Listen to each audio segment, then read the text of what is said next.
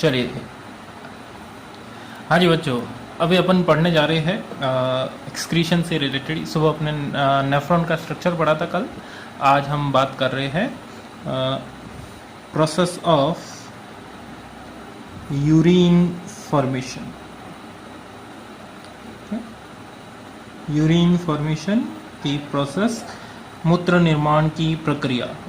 हाँ, वही बनाना है जिसके बहाने तुमने कितनी सारी क्लासें बंक की है। तो कई बार अपन ऐसे ही चले जाते थे, छुट्टी मिल जाती थी। प्रॉब्लम तब होती थी जब सच में जाना था लेकिन जाने को नहीं मिलता था। ठीक है, तो मेरे को एक बार एक सर ने बोल दिया था, मैं बार बार बोल रहा था कि सर मैं गो टू टॉयलेट, मैं गो टू टॉयलेट। तो मेरे को बोलते यस बेटा जाओ। वापस आया तब तक पूरी क्लास हंस रही थी।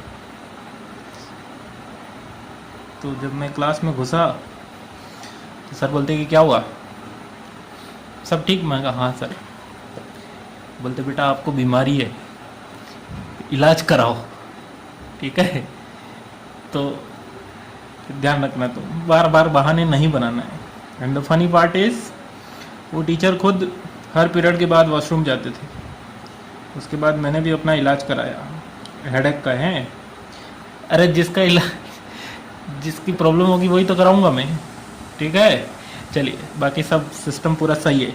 हाँ, किडनी विडनी एकदम सही है। ठीक है, चलिए यूरिन फॉर्मेशन के अंदर अपने को नेफ्रॉन का अगर स्ट्रक्चर आता है तो यूरिन फॉर्मेशन बहुत ही आसान हो जाता है। ठीक है, यूरिन फॉर्मेशन के 3 बेसिक प्रोसेस है, या 3 बेसिक उसके अंदर स्टेप्स शामिल है। First step is ultra filtration. क्या है? Ultra filtration. चलिए, सेकेंड स्टेप इज रीअब्जॉर्प्शन, और उसमें भी केवल कुछ ही चीजों का रीअब्जॉर्प्शन हो रहा है, सेलेक्टिव रीअब्जॉर्प्शन। अलग अलग पार्ट में अलग अलग चीजों, नेफ्रॉन के अलग अलग पार्ट में अलग अलग चीजों का रीअब्जॉर्प्शन होगा। इतना आसानी से शरीर से बाहर नहीं आने देंगे। जो भी काम की चीजें वो वापस से रीअब्जॉर्ब हो जाएगी। जो बहुत ही फालतू चीज है उसको ही बॉडी से बाहर जाने दिया जाएगा। ठीक है, चलो बैठे बैठे मुस्कुराओ मत पूरा। ठीक है, इधर टॉपिक पे ध्यान दो। Selective reabsorption. सेलेक्टिव रीअब्जॉर्प्शन के बाद एक और प्रोसेस होती है जिसको बोला जाता है ट्यूबुलर सिक्रीशन। क्या बोला जाएगा? Tubular secretion. ठीक है, अब आइए आप इस टॉपिक पे बात करते हैं अपन कि क्या हो रहा है इसके अंदर। तो सुबह अपन ने नेफ्रॉन का स्ट्रक्चर लास्ट क्लास देखना उसको, उसमें अपन ने बात की थी। तो ये हमारे पास है नेफ्रॉन का स्ट्रक्चर। बहुत ब्रीफली, बहुत जल्दी अपन इसको कंप्लीट करने वाले हैं बेटा, क्योंकि ये रिवीजन सीरीज है। अगर सब अच्छा रहा तो अपन year wise full length course भी डालेंगे। ठीक है, तो ये हमारे पास आ गई पीसीटी। उसके बाद में क्या आया था? Loop of Henley. Loop of Henley के बाद में क्या आता है? बीसीटी।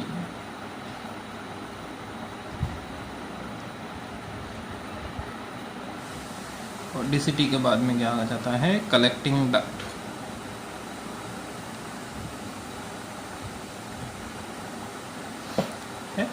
तो ये स्ट्रक्चर हमको मालूम है, इसमें तो कोई दिक्कत है ही नहीं। अब यहाँ से आता है ब्लड, जिसको प्योरीफाई होना है। ठीक है, बॉडी में ब्लड के अंदर ऑक्सीजनेशन या ऑक्सीजन ऐड करने का काम लंग्स का है, बट ब्लड से नाइट्रोजनस वेस्ट यानी कि यूरिया को हटाने का काम, ब्लड फिल्टर करने का काम किसका है? किडनी का है। और किडनी के अंदर ये काम बखूबी कौन कर रही होती है? नेफ्रॉन्स कर रही होती है। यहाँ पे पूरा टफ्ट बनता है, ग्लोमेरुलस गुच्छा बन गया, और यहाँ पर इस तरीके की चीजें हो रही होती है। ठीक है, तो ये अपन ने यूरिन फॉर्मेशन का प्रोसेस अपन ने यहाँ पे देखा है, देख रहे अपन। ठीक है, तो अब देखो पहला क्या है? Ultra filtration. Filtration of blood in glomerulus. अपन ने बोला था कि यहाँ पे कुछ स्पेशल टाइप की सेल्स है जिनका नाम क्या है? पोडोसाइट्स। क्या है? पोडोसाइट्स। पोडोसाइट्स इस तरीके से अरेंज्ड है कि यहाँ पे छोटे छोटे पोर बनते हैं जिनको स्लिट्स पोर या फिल्ट्रेशन पोर बोलते हैं, ठीक है। उनके अंदर कुछ फिंगर लाइक प्रोजेक्शन या विलाई जैसा स्ट्रक्चर है जो इस ग्लोमेरुलस के साथ में पूरी तरीके से क्या हो जाता है, फिक्स हो जाता है या फिर उनके साथ में अटैच हो जाता है। तो इस तरीके से ब्लड फिल्ट्रेशन का सिस्टम बन जाता है। यहाँ पे ब्लड फिल्ट्रेशन के लिए हमको चाहिए प्रेशर। तो पहला प्रेशर जो आता है उसको बोला जाता है GFP, ग्लोमेरुलर फिल्ट्रेशन प्रेशर। क्या बोला जाता है? Glomerular filtration pressure. Clear? Glomerular filtration pressure किसकी वजह से क्रिएट होता है? जो एफरेंट आर्ट्रियोल है, इसको क्या बोला जाता है? एफरेंट। इसको बोला जाता है इफरेंट आर्ट्रियोल, ठीक है। लास्ट लेक्चर में अपन ने बात की थी। तो एफरेंट आर्ट्रियोल का डायामीटर ज्यादा है, इफरेंट आर्ट्रियोल का डायामीटर कम है, ठीक है। तो यहाँ से ब्लड आ रहा है ज्यादा, लेकिन जा उतना अमाउंट में नहीं जा रहा है। इस वजह से यहाँ पे क्या क्रिएट हो रहा है? प्रेशर क्रिएट हो रहा है। इसको इसी तरीके से समझो कि क्लास में बहुत सारे बच्चे आ गए हैं, लेकिन निकलने के लिए उतनी ज्यादा जगह नहीं है। छुट्टी के सब टाइम जैसी हड़बड़ाहट होती है, जो मारामारी चलती है गेट के पास में, वैसा ही ये हो रहा है, ठीक है। इसीलिए तो कोचिंग के दरवाजे टूटते थे। हाँ, GFP, हाँ, तो इस प्रेशर को नाम क्या दिया जाता है? GFP, glomerular filtration pressure. इसकी वैल्यू है 60 mmHg। कितना है? 60 mmHg। अब एक प्रेशर है वो जनरेट होता है यहाँ पर क्या हो जाएगा? फिल्ट्रेशन हो जाएगा। देखिए यहाँ पे हो गया फिल्ट्रेशन, फिल्ट्रेशन होके नीचे फिल्ट्रेट बनेगा। क्या बनेगा? फिल्ट्रेट बनेगा। इस फिल्ट्रेट की वजह से एक नेगेटिव प्रेशर क्रिएट होता है जो फिल्ट्रेशन को रोकता है। सपोज करो यहाँ पे एक बकेट है तुम्हारे पास, बाल्टी। अब ये मत बोलना बाल्टी का हैंडल किधर है। बाल्टी का हैंडल मेरे को नहीं मालूम। बिना बाल्टी, मग्गा है, ठीक है। और इसके अंदर नल लगा हुआ है, मतलब बाल्टी के अंदर नल नहीं लगा हुआ, नल लगा हुआ, उसके नीचे बाल्टी रखी हुई है, ठीक है। तो जब तक ये खाली है तब तक बहुत तेजी से पानी आ सकता है। सपोज करो ये इतनी भर गई है, नल के लेवल से भी ऊपर तक भर गई है। अब पानी उतना स्पीड से नहीं आएगा जितना पहले आ रहा था, क्योंकि यहाँ पे जो पानी इकट्ठा हुआ वो एक तरीके से नेगेटिवली फोर्स कर रहा है उसको, ठीक है। तो इस प्रेशर को नाम दिया जाता है ग्लोमेरुलर हाइड्रोस्टैटिक प्रेशर, GHP। क्या बोला जाता है? ग्लोमेरुलर कैप्सुलर हाइड्रोस्टैटिक प्रेशर, क्योंकि ये कैप्सूल के अंदर पानी इकट्ठा हो रहा है, बोमन कैप्सूल के अंदर, इसलिए यहाँ पे ऐसा है, ठीक है। इसकी वैल्यू है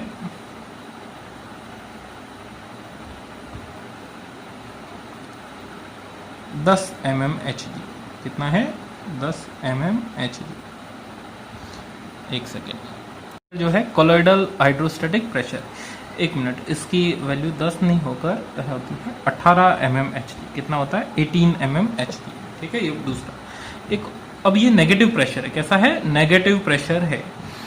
नेक्स्ट अब बात कर रहे हैं, एक और प्रेशर होता है जो ब्लड के अंदर प्लाज्मा प्रोटीन है। ये हमने देखा है कि ऑस्मोसिस के टाइम जब अपन बात करते हैं, सपोज करो इसके अंदर एक सेल है, इसके अंदर 5 ग्राम शुगर डिजोल्व किया हुआ है और उसको एक अपन ने टब में रख दिया है। टब 4 कोने वाला, पता नहीं कब, हाँ ठीक है, टब के अंदर अपन ने रख दिया है। उस टब के अंदर प्योर वाटर है, तो पानी कहाँ आएगा? पानी सेल के अंदर आएगा। हम जानते हैं कि वाटर अपनी खुद की हाई कॉन्सेंट्रेशन से उसकी लो कॉन्सेंट्रेशन की तरफ जा रहा है। टब में प्योर वाटर है, यहाँ पे सॉल्यूशन है, तो सेम चीज यहाँ पे भी हो रहा है। ब्लड है वो सॉल्यूशन है, एक तरीके का ब्लड क्या है? सॉल्यूशन।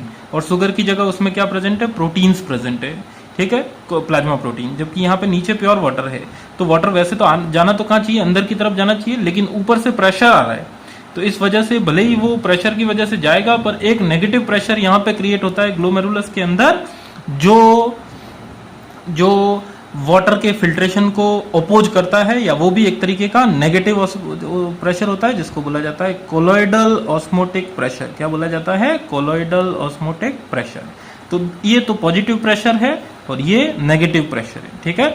इसकी वैल्यू है 32 mmHg। कितना है? 32 mmHg। तो अब अपन देखें कि एक पॉजिटिव प्रेशर इतना है जो फिल्ट्रेशन करवा रहा है, और 2 नेगेटिव प्रेशर है जो फिल्ट्रेशन को रोक रहे हैं, ठीक है। तो इफेक्टिव फिल्ट्रेशन या इफेक्टिव प्रेशर कितना हो जाएगा? देखिए, effective filtration pressure is equal to GFP glomerular filtration pressure minus, ये दोनों मिलकर रोक रहे हैं तो इन दोनों को अपन ऐड करते थे, COP plus CHP, okay 60 minus 32 plus 18, तो 60 में से कितना हो गया, पीछे कितना बचेगा, 32 18 50, ऑलमोस्ट कितना आ जाता है 10 mmHg। अलग अलग किताबें इनकी अलग अलग वैल्यू लिखती है, कहीं कहीं पे तुम देखोगे खासकर RBSE किताब वगैरह, तो इसकी रेंज याद रखना 10 से 25 mmHg का फिल्ट्रेशन प्रेशर हो जाता है, ठीक है। तो फिल्ट्रेशन में कोई इशू नहीं रहना चाहिए, फिल्ट्रेशन बहुत आसान सा टॉपिक हो गया, ठीक है। चलिए अब दूसरा इंपॉर्टेंट पार्ट जो चल रहा है, हाँ इसको अल्ट्रा फिल्ट्रेशन अपन क्यों बोल रहे हैं, क्योंकि ये फिल्ट्रेशन इतना फाइन है कि ऑलमोस्ट ब्लड के अंदर से प्लाज्मा प्रोटीन को छोड़कर सारी चीजें फिल्टर हो जाती है, बहुत फाइन फिल्ट्रेशन हो रहा है, बहुत ही क्या बोलते हैं इफेक्टिव फिल्ट्रेशन हो रहा है, इसलिए इसको बोल रहे हैं अल्ट्रा फिल्ट्रेशन, ठीक है।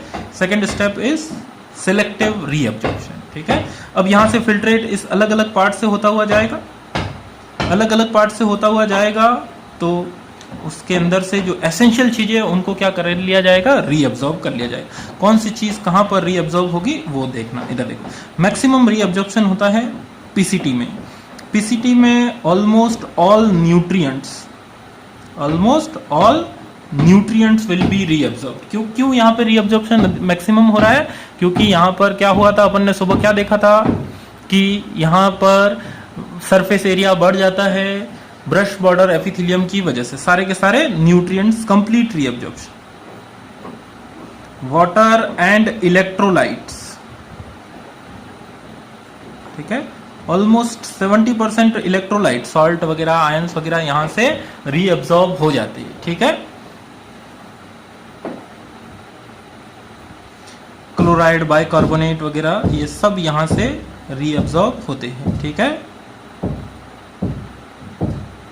चलिए पीसीटी में मैक्सिमम रीअब्जॉर्प्शन हो गया। नेक्स्ट लूप ऑफ हेनले की descending arm is permeable for water whereas the ascending arm is permeable for salts.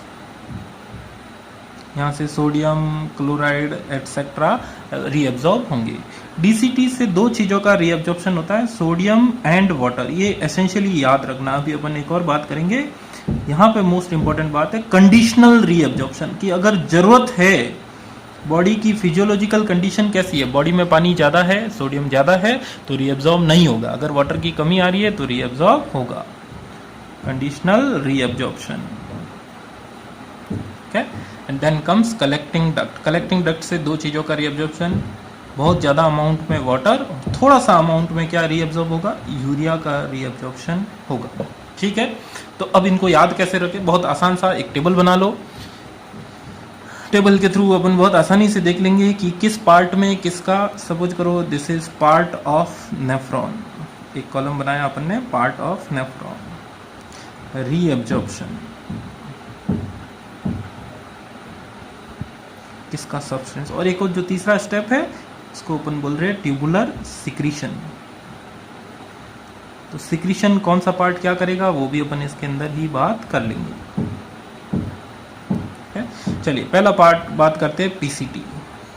PCT में मैंने बोला कि ऑल न्यूट्रिएंट्स कौन कौन से, ग्लूकोज, और कौन कौन सा, अमीनो एसिड, और कौन सा, फैटी एसिड, इनका क्या हो जाएगा, कंप्लीट रीअब्जॉर्प्शन। और कंप्लीट रीअब्जॉर्प्शन किसके थ्रू होगा, एक्टिव ट्रांसपोर्ट के थ्रू। किसके थ्रू होगा, एक्टिव ट्रांसपोर्ट के थ्रू। चलो यहाँ पे अपन सिक्रीशन वाला पार्ट नहीं लिख देते हैं, मैकेनिज्म,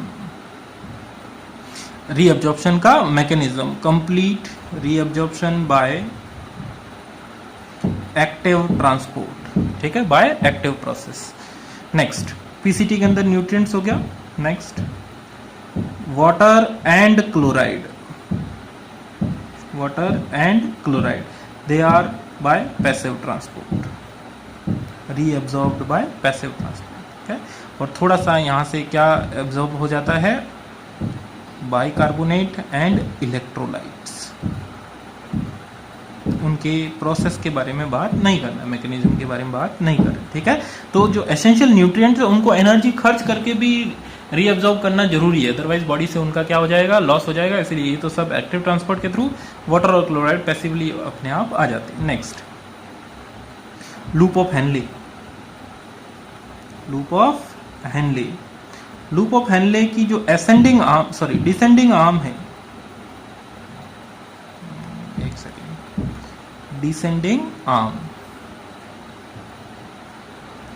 डिसेंडिंग आर्म से क्या रीअब्जॉर्ब होता है, वाटर।